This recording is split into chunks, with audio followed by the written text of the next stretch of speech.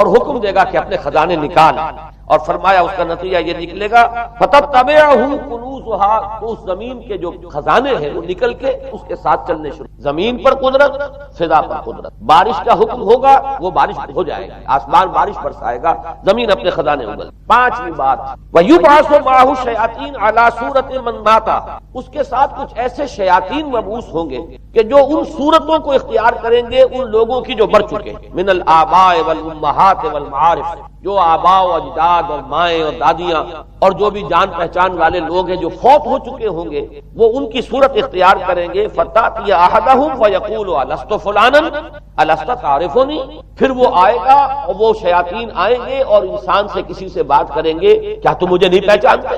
کیا میں تمہارا فلاں رشتہ دار نہیں ہوں؟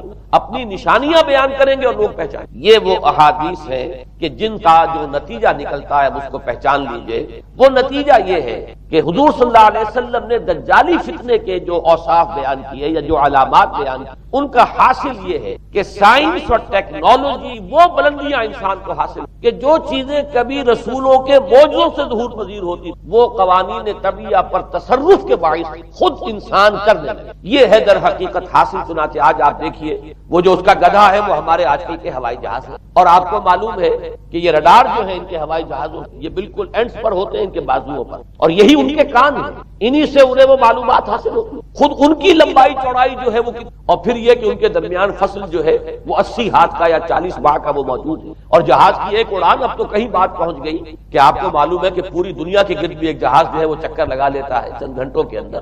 لیکن یہ ہے کہ عام جو رفتار ہے اس میں بھی ایک پڑاؤ سے دوسرے پڑاؤ تک، ایک جگہ سے جس کو ہاپ کرنا کہتے ہیں، یہ بھی کم سے کم 500-700 میل کا عام طور پر سفر جو ہے وہ جہاز طے کر رہا ہے۔ اسی طریقے سے ہماری جو سائنس کی خاص طور پر جو طبی سائنس، اب اس میں جس طریقے سے کہ زندہ رکھا جاتا ہے انسان، اور وہ ویجیٹیبل چاہے کہا گیا ہے ان کو ہیومن ویجیٹیبل، لیکن یہ کہ دل کی دھڑکن بھی چلائے جا رہے ہیں، خوراک بھی پہنچا رہے ہیں، آدمی جو ہے وہ زندہ سال ہر سال تک زندہ پڑا، اور یہ کہ سرجری بعض جانوروں پر تو یہ بات ہو چکی کہ کاٹے گئے ہیں اور پھر ان کو سی دیا گیا ہے، جوڑ دیا گیا ہے۔ یہ تمام جو بھی معجزے ہیں اس وقت سائنس دکھا رہی ہے۔ اسی طرح اگر یہ معجزہ دیکھنا ہو کہ زمین لقد جہاں کہیں کوئی آثار نہیں تھے کسی ایک پتے تک کے اگنے، اگر وہاں لہلہاتے ہوئے آپ کو چمن دیکھنے ہو تو ویسے سب سے پہلے تو یہ معاملہ ہوا تھا اسرائیل نے جو کر کے دکھایا تھا، لیکن اب تو آپ ابو ظبی چلے جائیے، سعودی عرب میں چلے جائیے۔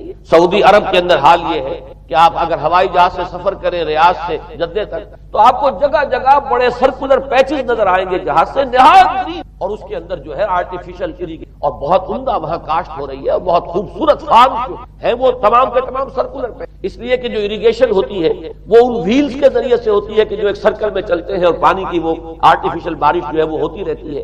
باقی یہ کہ فضا سے آرٹیفیشل رین، یہ تو بہت ہی سادہ سی بات ہے کہ فضا کے اندر ایٹماسفیرک کنڈیشن کو ذرا تبدیل کیا جائے تو بارش آ جاتی ہے، اور باقی رہ گیا آواز کا یہاں سے وہاں جانا، وہ تو آواز ہی نہیں ہے، تو آپ صورتیں دیکھ رہے ہیں۔ آپ کو نیو یارک میں بیٹھا ہوا خطاب کرے، آپ پوری دنیا کے اندر جہاں چاہیں وہ آل ورلڈ اینٹینا آپ کے پاس صرف ہونا چاہیے، باقی یہ کہ آپ دنیا کے کسی بھی گوشے میں بیٹھے ہوئے کسی شخص کا خطاب جو ہے تو معلوم یہ ہوا کہ در حقیقت یہ جو دجالی فتنہ ہے، یہ جس کے اوصاف جو بیان کریں، ابھی میں اس کو لفظ فتنہ سے تعبیر نہیں کر رہا، اسے جس چیز نے فتنہ بنایا وہ ابھی میں آپ سے عرض کروں، لیکن یہ جتنے اوصاف حدیث میں آئے، جتنی صفات بیان ہوئی، جو قوائف وہاں سامنے آ رہے ہیں، ان سب کا حاصل تو ایک لفظ میں یہ ہے کہ سائنٹیفک ڈیولپمنٹ اور ٹیکنالوجیکل ڈیولپمنٹ وہ اس درجے کی ہو جائے گی کہ قواعد طبیعہ پر، فورسز آف دی نیچر پر انسان کو تصرف اور تسلط حاصل ہو جائے گا، اور وہ انہیں استعمال کرے گا، اور اس طریقے سے اس کے اندر وہ ساری کی ساری کیفیات جیسے کہ آج ہم دیکھ رہے ہیں اپنی نگاہوں کے سامنے وہ پیدا ہو جائے۔ اب سوال یہ ہے کہ اس شے کو فتنہ کس چیز، یہ بات سمجھ لیجیے، جہاں تک سائنسی ترقی کا تعلق ہے، تکنیکی ترقی کا تعلق ہے، یہ چیزیں فی الاصل فتنہ نہیں ہے،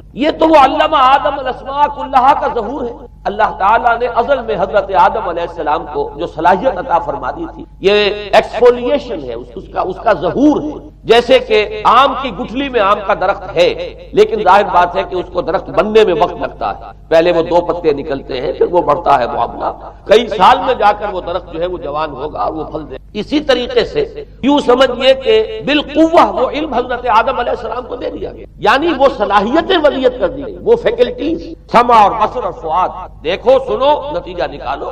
اور آگے بڑھو. آپ نے چیز دیکھی، ایک سنی، نتیجہ نکالا، اس کو نوٹ کیا، آگے بڑھے، پھر کوئی چیز دیکھی، پھر کوئی سنی، اپنے سابق جو نتیجہ آپ نے نکال کر محفوظ کیا تھا اپنی میموری میں، اس کے ساتھ اس کو ٹیلی کیا، کوئی اور نتیجہ نکل آیا اور آگے بڑھے. تو یہ تو سٹیپ بائی سٹیپ، قدم با قدم انسانی علم آگے بڑھ رہا. یہ ہرگز فتنہ نہ ہوتا، میرے الفاظ پر توجہ کی، اگر اس کے ساتھ متوازن طور پر ایمان اور روحانیت کا ارتقا بھی ہو، اگر اس کے ساتھ اللہ کی معرفت، اللہ کی محبت، آخرت کا ایمان.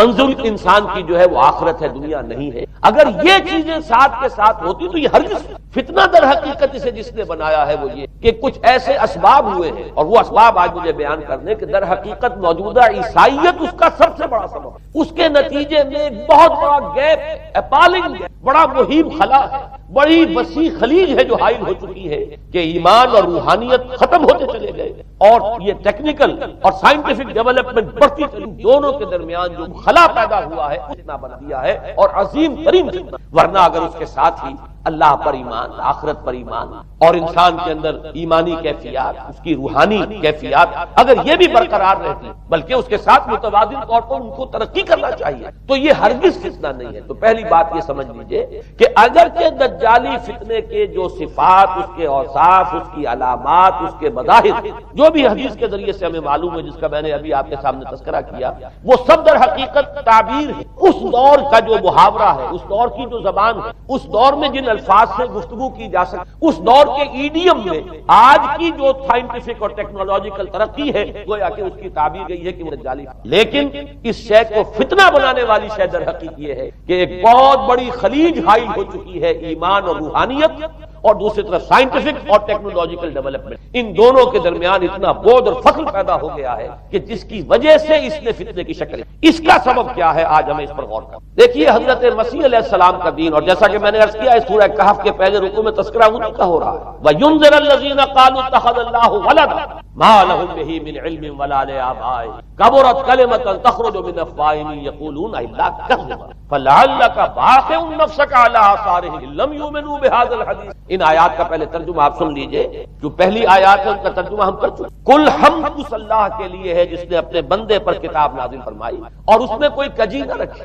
جو بالکل سیدھی ہے، اور خبردار کرتی ہے ایک ایسی بڑی عظیم اور محیط جنگ سے کہ جو خاص اللہ کی طرف سے ہوگی، اور بشارت دیتی ہے مومنوں نیک عمل کریں کہ ان کے لیے بہت بڑا اور بہت عمدہ اجر ہے. ماکثین فیہ ابدا، وہ اس میں رہیں گے ہمیشہ ہمیشہ. وَيُنذِرَ الَّذِينَ قَالُوا اتَّخَذَ اللَّهُ وَلَدًا. اب دوہرا کر بات آئی، اور تاکہ خبردار کر دے ان کو جنہوں نے یہ کہا کہ اللہ نے کسی کو اپنا بیٹا بنایا. مَا لَهُم بِهِ، نہیں ہے ان کے پاس اس کے بارے میں کوئی علم.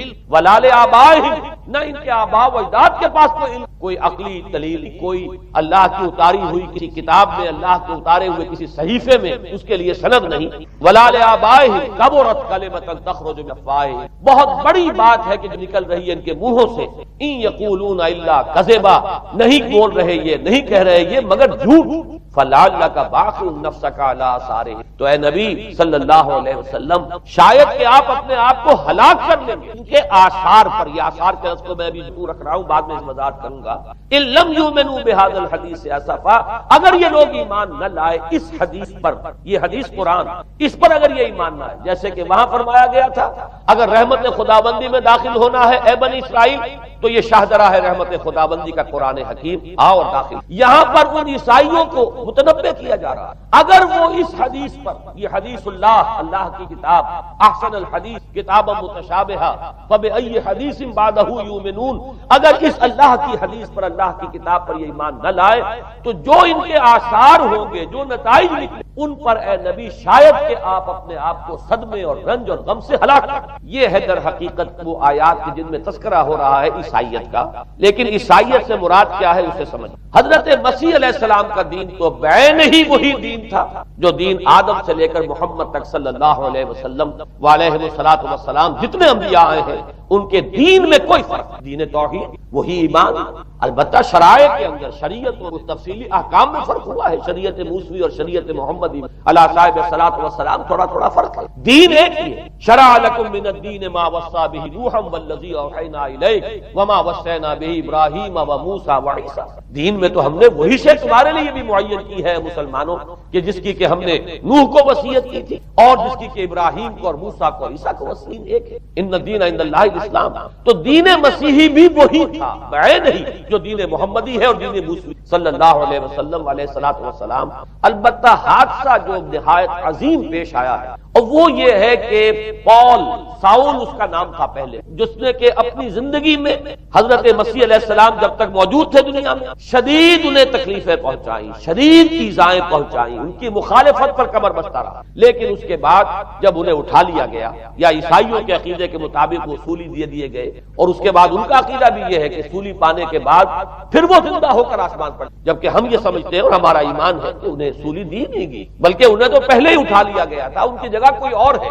انجیل برنباس نے یہ بات بالکل واضح کر دی کہ در حقیقت وہی حواریین میں سے جس نے کہ غداری کی تھی اور پکڑوایا تھا، مخبری کی تھی، وہی ہے جس کی شکل بنا دی گئی تھی حضرت مسیح علیہ السلام کے جیسی مانند، اور وہ شخص ہے کہ جو سولی. بہرحال عیسائیت اس وقت جو اس کا عقیدہ ہے اور جو ہمارا عقیدہ اور ایمان ہے، ان دونوں کی روح سے حضرت مسیح علیہ السلام آسمان پر اٹھا لیا. اس کے بعد اس دین مسیح میں نقب لگانے، جو دین مسیح اصل دین اسلام تھا، اس کو کرپٹ کرنے، ڈسرپٹ کرنے، اس میں نقب لگانے کے لیے اس نے اپنے ایک مکاشفے کا ذکر کیا کہ میں آ رہا تھا سفر میں، حضرت مسیح نظر آئے ہیں آسمانوں میں اور انہوں نے مجھے کہا ہے کہ اے ساؤل تو مجھے کیوں ستاتا ہے اور تو اب فلاں جگہ جا اور میرے نام سے نبوت کر. اس کے بعد اس نے لبادہ اوڑھا عیسائیت کا اور اس نے آ کر جس طرح عبداللہ ابن سبا نے محمد الرسول اللہ صلی اللہ علیہ وسلم کے دین میں نقب لگائی، اسی طریقے سے اس شخص نے دین مسیح میں نقب لگائی. فرق یہ ہے کہ دین محمدی صلی اللہ علیہ وسلم کیونکہ یہ آخری دین، اب کوئی اور رسول آنے والا نہیں،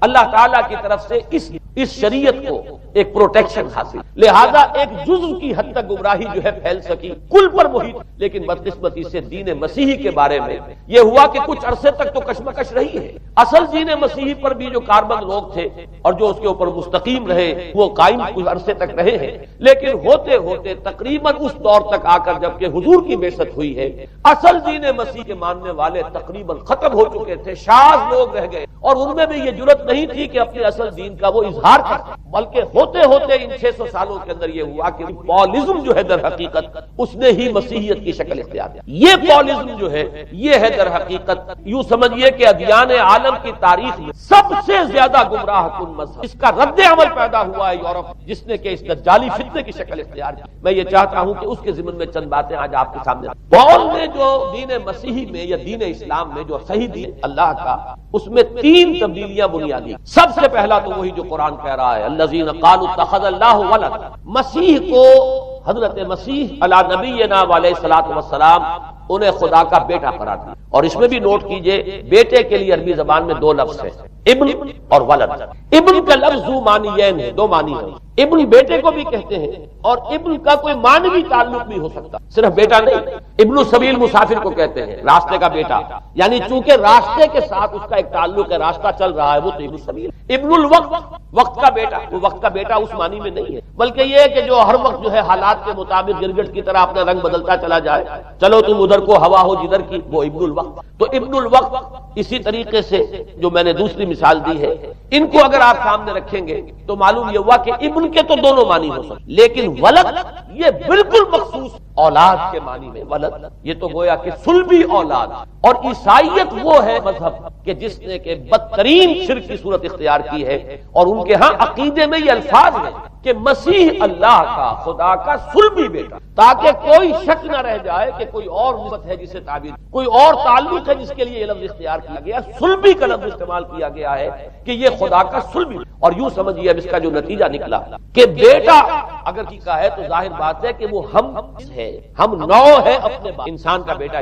سید زادہ جو ہے سید کا بیٹا سید ہوگا، مغل کا بیٹا مغل ہوگا، گھوڑے کا بیٹا گھوڑا ہوگا، گدھے کا بیٹا گدھا ہوگا. معلوم یہ ہوا کہ بعین ہی جو کچھ بات ہوتا ہے وہی بیٹا. لہذا اس لفظ نے در حقیقت بدترین صورت اختیار کی کہ بالکل اللہ کے برابر، اللہ کا ہم نو گویا کہ بدترین شرک جو ہے شرک ذات ہے، اور شرک فی ذات کی بدترین صورت یہ ہے کہ جو عیسائیت میں آئی ہے کہ حضرت مسیح علیہ السلام کو اللہ کا صلبی بیٹا قرار دیا۔ اب اس کے نتیجے میں چونکہ ظاہر بات ہے کہ آخر بائبل بھی موجود تھی، اس بائبل کو ایک دم کیسے ختم کر دیتا سینٹ پال کہیں یا بہرحال میں تو لفظ سینٹ اس کے ساتھ استعمال نہیں کرنا چاہتا، لیکن چونکہ ہمیں یہ ہدایت ہے قرآن مجید کی بھی کہ جو باطل معبود بنا لیے جاتے ہیں انہیں بھی ہم کوئی ان کے لیے توہین والے الفاظ استعمال نہ کریں، لہذا میں یہ لفظ استعمال کر رہا ہوں، ورنہ جی تو چاہتا ہے کہ کوئی اور لفظ اس کے لیے استعمال کیا جائے، لیکن جو بھی اس وقت دنیا میں اس کا معروف نام ہے پال، سینٹ پال، تو اس نے چونکہ ظاہر بات ہے کہ پوری بائبل کو کیسے ختم کر دیا، ایک دم تورات کو کیسے ختم کر دیتا، تورات تو آج تک چلی آ رہی ہے بائبل، یہ اولڈ ٹیسٹمنٹ یہ نیو، یہ دونوں مل کر بائبل بنتی، لہذا اب گورکھ دھندا بنانا پڑا انہیں، وہ تسلیس والا گورکھ دھندا،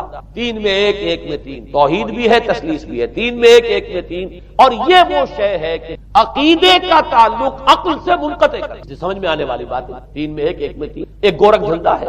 نتیجہ انہوں نے یہ نکالا کہ ڈوگما در حقیقت اس کا عقل سے کوئی، ڈوگما بس عقیدہ ہے، اور اس عقیدے ہی کے اوپر سارے دین کی بنیاد ہے، باقی وہ عقل میں آئے نہ آئے، عقل کے لیے قابل قبول ہو یا نہ ہو، یہ بات اچھی طرح سمجھ لیجئے کہ اگرچہ ہمارے ہاں ہم بھی یہ بات کہتے ہیں کہ بہت سے حقائق جو ہے کائنات کے ایسے ہیں کہ جن تک عقل کی رسائی نہیں، اس کے لیے ہم مجبور ہیں، محتاج ہیں وحی کی ہدایت، لیکن 2 چیزوں میں فرق کیجئے، ایک ہے عقل سے ماورا ہونا اور ایک ہے عقل کے خلاف ہونا، ان دونوں چیزوں آسمان کا، ایک وہ حقائق ہے کہ جو عقل از خود ان تک رسائی حاصل نہیں کر سکتی، لیکن جب وہ سامنے آتے ہیں تو عقل تسلیم ہے کہ ہاں یہ بات سمجھ میں آتی ہے، ایک وہ چیزیں ہیں کہ جن کو عقل تسلیم نہیں، تو ایک ہے مخالف عقل، ایک ہے ورائے عقل، ان دونوں میں ہمارے دین میں تو عقل کو اپیل کیا گیا ہے، لعلکم تعقلون، لعلہم یعقلون اولو الالباب الذین یعقلون۔ اب ظاہر بات ہے کہ عقل کو ہاتھوں برہانکم ان کنتم صادقین، لاؤ دلیل اپنی، تو دلیل سے عقل سے اپیل کی، اور اس میں وہ رشتہ جو میں نے کئی مرتبہ بیان کیا علامہ اقبال کے اشعار کے حوالے سے کہ عقل گو آستاں سے دور نہیں، اس کی قسمت میں پر ہوں، اور گزر جا عقل سے آگے کہ یہ نور چراغ راہ ہے، منزل نہیں، منزل تک تو عقل نہیں پہنچائے گی لیکن راستہ تو دکھاتی، اور جب کہ وحی کی روشنی سامنے آتی ہے تو عقل اس کی تصدیق کرتی، یہ ہے ہمارا موقف اور یہ ہے عقلی معقول موقف۔ لیکن عیسائیت نے، بلکہ کہنا چاہیے پالزم، مجھے یہاں پر لفظ عیسائیت اب استعمال کرنا نہیں چاہیے، اس لیے کہ حضرت عیسیٰ سے اب اس کی نسبت نہیں، حضرت عیسیٰ سے اس کی نسبت جو ہے یہ مس نومر ہے، یہ غلط نام ہے۔ دی 100 کا مصنف جو ہے ڈاکٹر مائیکل ہارٹ، اس نے یہ بہت بڑی بات کہی، اس نے کہا در حقیقت موجودہ جو عیسائیت ہے اسے پالزم کہنا ہے، یہ پالزم ہے، کرسچینٹی نہیں، اس لیے کہ در حقیقت حضرت مسیح علیہ السلام کی تعلیم جب تک وہ دنیا میں وہ یہ نہیں تھی کہ جو پال نے، البتہ اس نے پال کو بہت بڑا شخص مانا اس میں، اس لیے کہ اس نے تاریخ کے ایک دھارے کا جو ہے وہ رخ موڑ دی، اللہ تعالیٰ کے صحیح دین کو گویا کہ قلع قمع کر کے ایک نیا دین اس طریقے سے پھیلایا ہے کہ آج بھی شاید دنیا میں کثیر ترین تعداد عیسائیت ہی کے نام لیواؤں کی ہے، واللہ عالم، یا شاید گوتم بدھ کے ماننے والوں کی ہے، بہرحال یہ کہ بہت بڑی تعداد میں آج حضرت مسیح السلام کی طرف جو منسوب ہے غلط طور پر دین، اس کے نام لیوا دنیا میں، اس اعتبار سے وہ یقیناً اس کا تو حق رکھتا ہے کہ اس کا نام بھی اس کتاب میں آئے کہ جس نے تاریخ کے اوپر اثرات اپنے، اور حضرت مسیح علیہ السلام جب تک دنیا میں، عیسائیت کی حقیقت بنی اسرائیل یا یہودیت کے ایک فرقے سے زیادہ ڈیٹیچ نہیں ہوا تھا یہ حضرت موسیٰ علیہ السلام، لیکن یہ کہ پال نے اسے بالکل ایک مستقل بذات ایک جداگانہ دین کی شکل، تو یہ پالزم نے در حقیقت سب سے پہلا کام یہ کیا کہ عقل سے بالکل تعلق منقطع، عقیدہ ڈوگما جو ہے وہ خلاف عقل، جو بات عقل میں آئے نہ آئے بس، تو پہلی تو یوں سمجھیے کہ نقب جو لگی ہے دین وہ اس تسلیس کے حوالے سے، اور تسلیس کا گورکھ دھندا خلاف عقل، لہذا ڈوگما کی جو کا لفظ جو استعمال ہوا ہے کہ بس اس کو تو ہم مانیں گے چاہے وہ عقل کے لیے قابل قبول ہو یا نہ ہو۔ دوسرا اس سے بھی زیادہ آپ دیکھیے ایک سے ایک بڑھ کر اینٹ رکھی جا رہی، خشت اول چونے حد میں مار کر تاثریہ امیر ودی، دوسرا کفارے کا عقیدہ جو مبنی ہے صلیب کے عقیدہ، مسیح نے انتہائی ذلت کی موت یعنی صلیب کی موت جو ہے وہ خود کہتے ہیں کہ انتہائی ذلت کی، یہ ذلت کی موت کا پیالہ اس لیے پیا تاکہ اس کے ماننے والوں کی طرف سے کفارہ ادا ہو، مسیح کفارہ ادا کر چکا ہے، اب جو شخص بھی مسیح کو مان لے گا گویا کہ نجات، اس کا عمل سے کوئی عمل ہو نہ ہو، بد کردار ہو، اچھا کردار والا ہو، نیک ہو، بھلا ہو، جیسا بھی ہو، برا ہو، بدماش ہو، لچا ہو، لفنگا ہو، مسیح کو مان لے، صرف ماننے پر، اس لیے کہ مسیح کفارہ پیش کر، سارے گناہوں کا کفارہ جو ہے مسیح نے انتہائی ذلت آمیز موت جو ہے قبول کر کے گویا کہ اپنے ماننے والوں کے تمام گناہوں کا کفارہ دیا۔ یہ دوسرا عقل، اس کا نتیجہ کیا نکلا؟ تثلیث نے عقل سے تعلق توڑ دیا تھا مذہب کا، اس نے عمل سے تعلق، ڈوگما ہی ڈوگما ہے، نہ عقل سے کوئی تعلق نہ عمل سے کوئی تعلق نہیں رہا۔ دی جڑیں جو ہے دونوں اعتبار سے، ان تو نام ان دو چیزوں کا الا الذین آمنوا وعملوا الصالحات، دونوں کی گویا کہ جڑیں منہدم ہو گئی، بنیادیں منہدم ہو گئی، جڑیں کاٹ دی گئی کہ نہ اس کا تعلق عقل کے ساتھ ہے نہ عمل کے۔ تیسری بات آئی ہے، اس نے کہا شریعت منسوخ۔ یہ عجیب ہے، دیکھیے جسے آئرنی آف فیٹ کہتے ہیں انگریزی زبان میں۔ ابھی تک بائبل کے اندر سینٹ میتھیو کے جو روایت ہے متی کی، جسے کہا جاتا ہے gospel of the Lord according to Saint Matthew, اس میں جو سرمن آف دی ماؤنٹ ایک واعظ ہونے کے اعتبار سے واقعتاً میں اس کی عظمت کا بڑا قائل ہوں، عظیم ترین واعظ ہے دنیا کا۔ اس کے شروع میں یہ الفاظ موجود ہیں، don't think I have come to destroy law, ہرگز یہ نہ سمجھنا کہ میں شریعت کو ختم کر۔ وہ یہ کہہ کر گئے تھے کہ شریعت ان پر لاگو رہے گی، عائد رہے گی، لیکن پال نے تیسرا نقب لگایا شریعت ساقط۔ اس کی ضرورت کیوں محسوس ہوئی یہ بھی سمجھ لیجیے۔ تو کہہ لیجیے ہر شے اللہ کی تسبیح کر رہی ہے، اللہ کی حمد کر رہی ہے، ان من شیء الا یسبح بحمدہ، گویا کہ یہ تسبیح حالی یہ وہی مضمون ہے اپنی اصل کے اعتبار سے۔ بات گویا کہ پھر ہمارے سامنے آ رہی ہے کہ قرآن کا اسلوب یہ ہے کہ ایک پھول کا مضمون ہو تو 100 رنگ سے باندھو۔ ہر شے اپنے وجود سے اپنے صانع کے وجود پر دلالت کرتی ہے، اپنے صانع کے صفات کمال کا اظہار کر رہی ہے، تو گویا کہ کائنات کا ہر ذرہ ہر شے اللہ کے وجود پر دلالت کرنے والا ہے۔ اللہ اس کائنات کا ہر ذرہ ہر شے اللہ کی تسبیح کر رہی ہے۔ یسبح للہ ما فی السماوات وما فی الارض لہ الملک ولہ الحمد۔ لہ الملک، الملک لہو اگر ہوتا بادشاہی اس کے لیے، لہ الملک بادشاہی اسی کے لیے، اس میں وہ توحید، جیسے کہ سورہ فاتحہ میں ہم نے دیکھا ایاک نعبد و ایاک نستعین، وہاں پر مفعول کو جب مقدم کیا ہے تو اس کے اندر حصر کا مضمون پیدا ہو۔ لہ الملک، بادشاہی اسی کی ہے۔ یہ ذرا نوٹ کیجئے کہ یہ تصور جو ہے اللہ کے الملک ہونے کا، دو اعتبارات سے ذرا اس وقت اس پر غور کر لیجئے۔ ایک تو یہ کہ ان مسبحات میں، ان صورتوں میں اس تصور کو بہت نمایاں کیا گیا ہے۔ سورہ حدید میں 2 مرتبہ آیت آئی ہے، ان 6 آیات میں، شروع میں جو 6 آیات سورہ حدید کی ہے، جن کے بارے میں بارہا میں نے عرض کیا ہے کہ ذات و صفات باری تعالیٰ پر اعلیٰ ترین علمی سطح پر وہ قرآن مجید کا بلند ترین مقام، ذروہ ثنا میں 2 مرتبہ آیا لہو ملک السماوات والارض، لہو ملک السماوات والارض، آسمانوں اور زمین کی بادشاہی اسی کی۔ یہ کس لیے ایمفیسائز کیا جا رہا ہے کہ توحید کا ایک تصور تو ہے جس کا تعلق علم سے ہے، نظریے سے ہے، عقیدے سے ہے کہہ لیجئے، اور ایک کا تعلق ہے عمل سے۔ عمل کے اعتبار سے یہ تصور بادشاہ وہی ہے، وہ حاکم ہے تم محکوم ہو، وہ معبود ہے تم عبد ہو، وہ آمر ہے، وہ حکم دینے والا ہے، شارع ہے، شریعت معین کرنے والا ہے، تمہارا کام اطاعت ہے، بندگی ہے، غلامی ہے، تم عبد، کونوا عباد اللہ اخوانا۔ یہ تصور جو ہے در حقیقت مکی صورتوں میں وہ تصور سامنے آئے گا، اس لیے کہ اعتقادی شرک کی نفی چونکہ وہاں مقصود ہے، لہذا وہاں زیادہ زور آپ کو ملے گا توحید کے اس حصے پر۔ لیکن یہاں معاملہ مسلمانوں سے متعلق، جہاں پہ کہ نظری اعتبار سے، عقیدے کے اعتبار سے تو اکثر و بیشتر لوگ جو ہے وہ توحید کے قائل ہیں، لیکن اصل جو فساد آتا ہے وہ توحید عملی میں آتا ہے۔ عمل میں انسان اپنی خواہشات کی پیروی کر رہا ہے، عمل میں انسان خود حاکم بن کر بیٹھ گیا ہے، نفس ما ہم کم طرف فرعون نیست، لہذا الملک بادشاہ، لہ الملک بادشاہی اسی کی۔ اس تصور کو مدنی صورتوں میں زیادہ نمایاں کیا گیا، اور جیسا کہ میں نے عرض کیا ان صورتوں میں سورہ حدید میں 2 مرتبہ لہو ملک السماوات والارض یحیی و یمیت وہو علی کل شیء قدیر، یہ آیت نمبر 2 ہے، اور 6 سے پہلی 5ویں آیت لہو ملک السماوات والارض وإلی اللہ ترجع الامور، 2 مرتبہ دہرا کر 6 آیات۔ دوسرا اس اعتبار سے غور کیجئے کہ اس کا تعلق آخرت سے بھی ہے، اس لیے کہ یہ اللہ کی بادشاہی یہاں تو چھپی ہوئی ہے، مخفی ہے تو اب بھی بادشاہی اسی کی، اختیار اسی کا ہے، لیکن ہماری آنکھوں پر پردہ پڑا ہوا۔ کچھ اسباب ہیں مادی، ان کو ہم دیکھتے ہیں کہ ان کی کار فرمائی ہے، کچھ ہمیں اختیار محسوس ہوتا ہے کہ میں جو چاہوں کروں، میں چاہوں تو اللہ کے حکم کو توڑ دوں، اختیار میرے پاس ہے، میں چاہوں تو اللہ کے حکم کے خلاف عمل کروں، اختیار میرے پاس ہے۔ پھر اجتماعی نظام میں بھی بادشاہ بنے بیٹھے ہیں لوگ، ان کی حکومتیں ہیں۔ الیس لی ملک مصر، کبھی فرعون نے دعویٰ کیا تھا، آج بھی مدعی موجود ہے۔ حاکمیت کی مدعی جو ہے پوری نوع انسانی بن گئی ہے، پاپولر ساورنٹی۔ اس اعتبار سے اس دنیا میں بھی اگرچہ حقیقت تو وہی ہے، اصل حکومت اسی کی ہے، جس کو کہ یوں سمجھیے کہ میرا اپنا وجود اس کے حکم کے تابع ہے، میرا ایک ایک روح جو ہے اس کے قانون کے اندر جکڑا ہوا۔ میں لاکھ چاہوں کہ میرے فلاں جگہ پر میرے جسم کے فلاں حصے پر بال نہ اگے، میرا اختیار نہیں ہے، وہ بال تو اگیں گے، میرا اختیار نہیں ہے۔ میں لاکھ چاہوں کہ میرے دل کی حرکت جو ہے وہ میرے اختیار میں رہے، وہ تو میرے اختیار میں نہیں، جب اللہ چاہے گا بند ہو جائے گا۔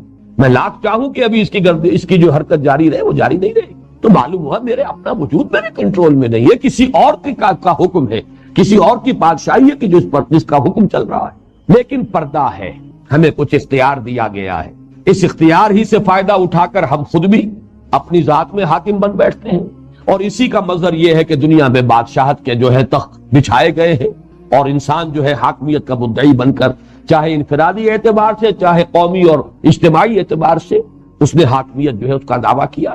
لیکن ایک وقت آئے گا جبکہ وہ جو ایک مصرع ہے بارہا میں نے سنایا، جب آنکھ کھلی گل کی تو موسم تھا خزاں کا، حقیقت منکشف ہو جائے گی۔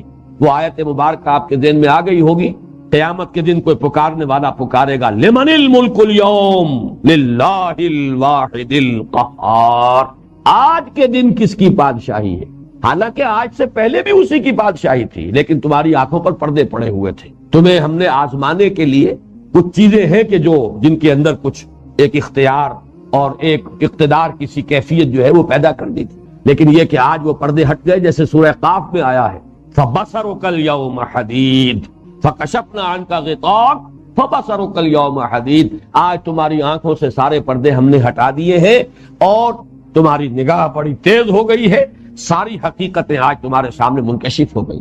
تو یہ میں نے عرض کیا کہ لہ الملک، اس میں توحید عملی گویا کہ ایک لفظ میں، نمبر دو اس کے اندر بھی ایک اشارہ ہو رہا ہے کہ بادشاہی یہاں بھی اگرچہ اسی کی ہے، لیکن جو پردہ پڑا ہوا وہ اٹھ جائے گا قیامت کے دن۔ لمن الملک اليوم للہ الواحد القہار، لہ الحمد، لہ الملک ولہ الحمد۔ لہ الحمد جو ہے اس میں وہ نظری توحید مکمل موجود ہے۔ اس پر مجھے زیادہ تفصیل سے گفتگو کی اس لیے ضرورت نہیں ہے کہ سورہ فاتحہ پر ہم غور کر چکے ہیں اور زیادہ عرصہ نہیں گزرا ہے، اس کا پہلا لفظ ہی الحمد ہے۔ کم سے کم یہ ذہن میں تازہ کر لیجئے کہ حمد کا لفظ دو لفظوں کو جمع کرنے سے اس کا مفہوم جو ہے پورے طور سے ادا ہوگا، شکر اور ثنا۔ شکر کسی کے احسان کے جواب میں جو ایک فطرت کا رد عمل ہونا چاہیے، فطرت صحیحہ کا، فطرت سلیمہ کا، اور ثنا کسی کی عظمت، کسی کے حسن و کمال اور اس کے جمال کا اعتراف کرتے ہوئے آدمی اس کے سامنے اس کی تعریف کر رہا ہو۔ تو یہ دونوں چیزیں، شکر کیا جاتا ہے اس چیز کا جس سے کہ آپ کو کوئی فائدہ پہنچا، اور تعریف کی جاتی ہے کسی بھی شے کی چاہے اس سے آپ کو براہ راست کوئی فائدہ پہنچا یا نہیں پہنچا، اگر اس میں کوئی حسن ہے، کمال ہے، کوئی جمال ہے، آپ اس کی تعریف کریں گے۔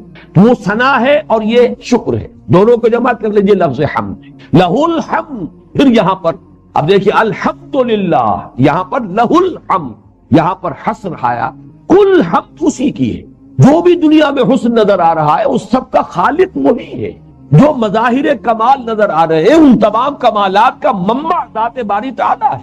کسی شے میں کوئی کمال ذاتی نہیں ہے، میرا مجھ میں کچھ نہیں، غالباً بھگت کبیر کا یہ دوہا ہے، میرا مجھ میں کچھ نہیں، جو کچھ ہے سو توئے، تیرا تجھ کو سونپتے کیا لاگت ہے موئے۔ میرے پاس میرا ہے کیا، جو کچھ ہے پروردگار تیرا دیا ہوا ہے، تیرا تجھی کو سونپنے میں میرا کیا نقصان ہے، میرے گھر سے کچھ ہے جا ہی نہیں رہی، جان دی ہوئی اسی کی تھی، حق تو یہ ہے کہ حق ادا نہ ہوا۔ اس سے شرک کی جڑ کٹتی ہے نظری اعتبار سے، جب کسی میں کچھ ہے ہی نہیں، سب کچھ اللہ کا عطا کرتا ہے، کسی کا حسن ذاتی نہیں، کسی کے اندر علم ذاتی نہیں، کسی میں قدرت ذاتی نہیں، کسی کا کوئی کمال ذاتی نہیں، تو حمد اللہ کی کرو۔ پانی پی کر اگر پیاس بجھی ہے تو خیر اس کا تو شکریہ ضرور ادا کرو جس نے لا کر تمہیں پانی دیا ہے، لیکن پانی کی حمد کرنے کی ضرورت نہیں ہے، حمد کرو اللہ کی، اصل شکر ادا کرو اللہ کا۔ کھانا کھا کر اگر بھوک ختم ہوئی ہے، جسم میں توانائی آئی ہے، تو شکر کرو اللہ کا، حمد کرو اللہ۔ معلوم ہوا کہ سورج میں جو بھی کچھ ہے، تمازت ہے، روشنی ہے، اس کی ذاتی نہیں، اس کو ڈنڈوت کرنے کی کوئی ضرورت نہیں، اس کے سامنے سر جھکانے کی ضرورت نہیں، وہ تو اللہ تعالیٰ نے تمہاری خدمت کاری کے اندر لگا دیا ہے، سخر لکم، اس نے تمہارے لیے مسخر کر دیا ہے۔ تم شکر کرو اللہ کا، تعریف کرو اللہ کی، ثنا کرو اللہ کی۔ یہ گویا کہ اب دیکھیے دو جملے لہ الملک و لہ الحمد، کل توحید عملی اور نظری ان دو جملوں کے اندر آ گئے، وَهُوَ عَلَىٰ كُلِّ شَيْءٍ قَدِيرٌ، اور وہ ہر شے پر قادر۔ تقابلی مطالعے کے لیے عرض کر رہا ہوں جنہیں بھی سورہ حدید کی وہ پہلی 6 آیتیں یاد ہیں، یہاں پہلی آیت ختم ہو رہی ہے وَهُوَ عَلَىٰ كُلِّ شَيْءٍ قَدِيرٌ، وہاں دوسری آیت ختم ہوتی ہے وَهُوَ عَلَىٰ كُلِّ شَيْءٍ قَدِيرٌ۔ سبح للہ ما فی السماوات والارض وهو العزیز الحکیم، لہ ملک السماوات والارض یحیی ویمیت وهو علی کل شیء قدیر، وہ ہر چیز پر قادر۔ یہ بات نوٹ کر لیجئے، اللہ تعالیٰ کی صفات کمال میں سے سب سے زیادہ تکرار اور اعادے کے ساتھ قرآن مجید میں اور سب سے زیادہ تاکید اور ایمفیسس کے ساتھ اللہ کی دو صفات کا ذکر، صفت قدرت هو علی کل شیء قدیر، صفت علم هو بکل شیء علیم۔ بلکہ اگر ان دونوں میں بھی تقابل کریں گے تو صفت علم پر زور زیادہ ہے، اس کی وجہ سمجھ لیجئے، در حقیقت ان دونوں صفات کا تعلق ہے آخرت سے اور بعد سے۔ انسان کو جو مغالطہ لاحق ہو جاتا ہے بعث بعد الموت کے بارے میں، وہ کیا ہے؟ کیسے ممکن ہے جب ہم گل سڑ جائیں گے، مٹی ہو کر مٹی میں مل جائیں گے، ہڈیاں بھی سخت بوسیدہ ہو جائیں، کیسے ممکن ہے؟ کیسے ممکن ہے؟ یہ ہے اشکال۔ یہی اب سورہ قیامہ جو ہم پڑھیں گے اس میں آئے گا۔ کیا تم نے یہ سمجھا؟ کیا انسان یہ کہتا ہے لن نجمع عظام، ہم اس کی ہڈیاں جمع نہیں کر سکیں؟ یہی انسان کو مغالطہ لاحق ہوتا، اس کا ازالہ ہوتا ہے اللہ کی صفت قدرت سے، هو علی کل شیء قدیر۔ جب اس حقیقت کو تسلیم کر لیا تو گویا کہ اس کا جتنا مراقبہ ہوگا اتنا ہی یہ وسوسہ ختم ہو جائے گا۔ جب اللہ ہر چیز پر قادر ہے تو اب اس وسوسے کو ہمارے ذہن کے قریب نہیں آنا چاہیے کہ کیسے وہ مردوں کو زندہ کر دے گا اور کیسے گلی سڑی ہڈیوں کے اندر دوبارہ جان ڈال دے۔ اسی طریقے سے آخرت کو بھی مان لیا، بعث بعد الموت کو بھی مان لیا، لیکن انسان کے عمل پر میں جو ڈھیل پیدا ہوتی ہے وہ اس وسوسے سے ہوتی ہے، شیطانی وسوسہ۔ اللہ تعالیٰ کو ہر چیز کا علم کہاں ہے؟ وہ ان چھوٹی چھوٹی چیزوں کے بارے میں، وہ تو بڑے بڑے، یہ میں نے سورہ حدید میں ہم تفصیل سے پڑھیں گے اس لیے کہ وہی مقام موضوع ہے ان مباحث کا، کہ بڑے بڑے فلاسفہ جو ہے، یہ جتنا بھی جو فلسفہ فکر ہے جو ارسطو سے چلا ہے، مشائین جنہیں کہتے ہیں، ان کے ہاں یہ شے اصول موضوعہ میں شامل ہے کہ اللہ صرف کلیات کا عالم ہے، جزیات کا عالم نہیں ہے۔ چھوٹی چھوٹی چیزوں کا کیا اللہ تعالیٰ ان چیزوں کے لیے ان پر نگاہیں جمائے بیٹھے کہ فلاں شخص کیا کر رہا ہے، فلاں شخص جو ہے اپنے کمرے کی تنہائی کے اندر اس وقت کیا حرکت کر رہا ہے؟ یہ چیزیں جو ہے اللہ تعالیٰ تو کلیات کا عالم ہے۔ پھر ایک تصور یہ، اللہ تو اپنی ذات میں مگن ہے، اس کائنات میں جو کچھ ہو رہا ہے اس نے کائنات بنائی ہے، قوانین طبی اس کے لیے مقرر کر دیے ہیں، اب خود کائنات چل رہی ہے، اللہ کو کوئی زیادہ تعلق اب اس سے نہیں ہے کہ کیا ہو رہا ہے کیا نہیں ہو رہا۔ یہ چیزیں کس قدر ہمارے لیے بظاہر جو میں بیان کر رہا ہوں تو کتنی محمل اور کتنی بے معنی نظر آ رہی، لیکن بڑے بڑے فلسفیوں کی آ رہا ہے، یہ فلسفوں کی شکل میں پیش ہو جانے والے نظریات۔ اسی لیے قرآن مجید بار بار اس میں بھی آپ دیکھیں گے کہ کس طرح سے صفت علم پر زور دیا جاتا ہے۔ تو یہاں فرمایا وَهُوَ عَلَىٰ كُلِّ شَيْءٍ قَدِيرٌ، اور اس کے لیے دلیل کائنات کا ذرہ ذرہ گواہ ہے۔ جس نے اتنی عظیم کائنات کو بنایا ہے اس کے بارے میں کوئی تصور کر سکتا اس کی قدرت کتنی ہوگی؟ کہیں اس کی قدرت میں کوئی تحدید ہے، کوئی کمی ہو سکتی ہے؟ بلکہ یہ کہ ذرہ ذرہ پکار کر کہہ رہا ہے یہ کہ میرا بنانے والا ہر شے پر قادر ہے۔ آگے فرمایا هو الذی خلقکم فمنکم کافر ومنکم مومن۔ دیکھیے تخلیق کا ذکر ان آیات میں بھی ہے، تخلیق کا ذکر سورہ حدید کی شروع کی آیات میں بھی ہے۔ وہاں زیادہ جو سپاٹ لائٹ ہے، زیادہ جو ارتکاز ہے روشنی کا، وہ آفاقی تخلیق، خلق السماوات والارض، یہ وہاں پر ذکر ہے۔ هو الذی خلق السماوات والارض فی ستۃ ایام، اس نے آسمان اور زمین بنائے ہیں 6 دنوں میں۔ یہاں بھی بعد میں ذکر آ جائے گا، لیکن یہاں اصل میں انفس، تمہیں بنایا۔ یہاں جو فوکس ہے لائٹ کا، جو ارتکاز ہے، وہ در حقیقت انسان۔ هو الذی خلقکم، هو الذی خلق السماوات والارض فی ستۃ ایام، هو الذی خلقکم، وہی ہے جس نے تم سب کو بنایا، پیدا کیا۔ فمنکم کافر ومنکم مومن، یہ ہے اب دروں بینی کی دعوت۔ ذرا جھانکو اپنے اندر، کتنی عجیب بات ہے۔ بنانے والا وہی سب کا، پیدا کرنے والا وہی سب کا، خالق اور رازق وہی سب کا، مالک وہی سب کا، لیکن فمنکم کافر ومنکم مومن، تم میں سے بعض، یہاں من تبعیضیہ ہے دونوں مرتبہ، بعض تم میں سے ہے کافر۔ کافر کے دونوں معنی ذہن میں رکھیے، منکر بھی اور احسان ناشناس، ناشکرہ، اس لیے کہ شکر کا لفظ کے مقابلے میں بھی کفر آتا ہے اور ایمان کے مقابلے میں بھی کفر آتا ہے، تو یہاں پر دونوں معنی ہوں گے۔ وہی ہے جس نے تم سب کو پیدا کیا، تم میں سے کچھ ہے احسان ماننے والے، کچھ ہے احسان ناشناس، کچھ ہے تصدیق کرنے والے، کچھ ہے رد کرنے والے، تکذیب کرنے والے. فَمِنْكُمْ مُؤْمِنٌ مِنْكُمْ كَافِرٌ وَمِنْكُمْ مُؤْمِنٌ وَاللَّهُ بِمَا تَعْمَلُونَ بَصِيرٌ. اور جو کچھ تم کر رہے ہو اللہ اسے دیکھ رہا ہے. نوٹ کر لیجئے یہ بصارت جو ہے اللہ کی، یہ بھی در حقیقت اس کے علم کا ایک حصہ ہے.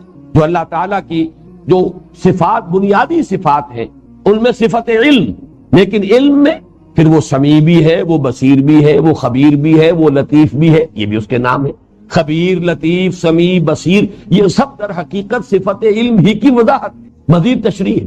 وہ سننے والا بھی ہے، وہ دیکھنے والا بھی ہے، وہ بہت باخبر بھی ہے، وہ بہت باریک بین بھی ہے.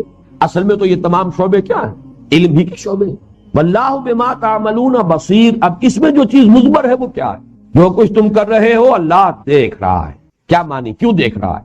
کیا معاذ اللہ کوئی اس کی ہابی ہے، یا معاذ اللہ ثم معاذ اللہ تماش بین ہے، آن لوکر ہے، صرف دیکھ رہا ہے؟ دیکھ رہا ہے کس لیے؟ اس کا بھرپور بدلہ تمہیں دے. تمہیں جواب دہی کرنی ہوگی. تمہاری کوئی شے اس کے علم سے باہر نہیں ہے، تم کہیں بچ کر نہیں جا سکو گے.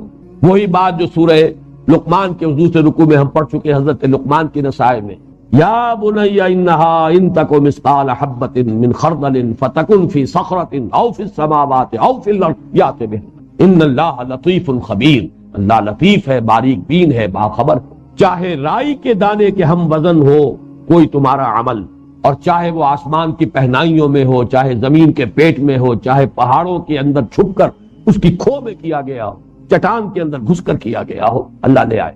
یہ ہے واللہ بما تعملون بصیر. خلق السماوات والارض بالحق. اس نے پیدا کیا آسمانوں کو اور زمین کو حق کے ساتھ.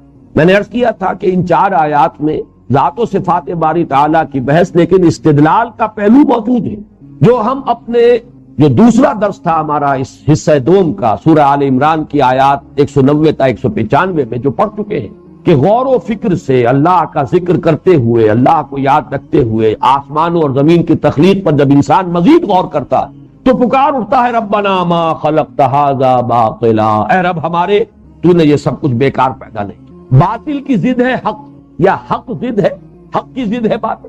یہ ایک دوسرے کے گویا کے ازداد ہیں. اے رب ہمارے، تو نے اس سب کائنات بیکار بے مقصد پیدا نہیں کی. یہاں وہی مفہوم ہے، خلق السماوات والارض بالحق. اس نے آسمان اور زمین حق کے ساتھ پیدا کی. وہاں وضاحت کی جا چکی ہے کہ یہاں حق سے مراد کیا ہے. اگرچہ حق ہر اس شے کو کہتے ہیں جو موجود ہو فی الواقع، جو نظر تو آئے لیکن موجود نہ ہو، وہ باطل ہے. جیسے شراب، پانی نظر آئے حقیقت میں نہیں ہے، ایلیوژن، نگاہ کو کوئی چیز نظر آتی ہے حقیقت میں نہیں ہے. اسی طریقے سے جو شے اخلاقاً ثابت ہے وہ حق، جو اخلاقاً ثابت نہیں ہے وہ باطل. آپ کا یہ دعویٰ باطل ہے، یا یہ کہ پڑوسی کا یہ حق ہے پڑوسی پر. جو شے عقلاً مسلم ہو وہ حق، جو عقلاً ثابت نہ ہو وہ باطل. مقصد جیسا کہ میں نے عرض کیا، یہ وہی بات ہے جو ایک منفی انداز میں آ چکی ہے، ربنا ما خلقت ھذا باطلا.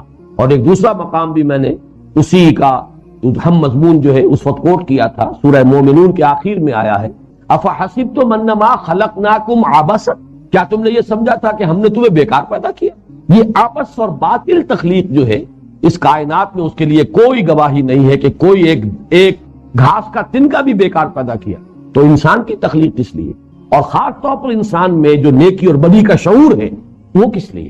یہ ہے وہ بات کہ جو آتی ہے کہ در حقیقت اس کا نتیجہ کیا ہے، ربنا ما خلقت ھذا باطلا سبحانک فقنا عذاب النار.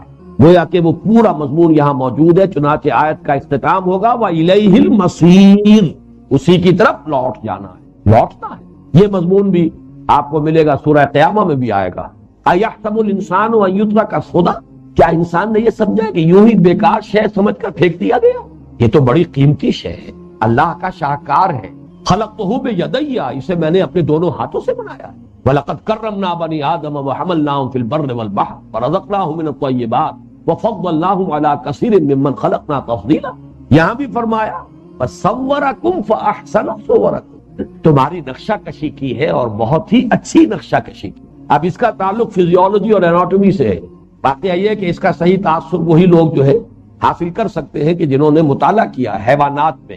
پھر جیسے ریپٹائل سے پھر میملز آئے، میملز میں بھی چوپ آئے، پھر یہ انسان کا ایریکٹ پوسچر، سیدھا کھڑا ہونا انسان کا، یہ ساری چیزیں جو ہیں جو لوگ کہ ارتقاء مانتے ہیں یہ در حقیقت ارتقاء کے مراحل ہیں. یہ ہومو سیپینز، اس کا پورا وجود ایک پوسٹ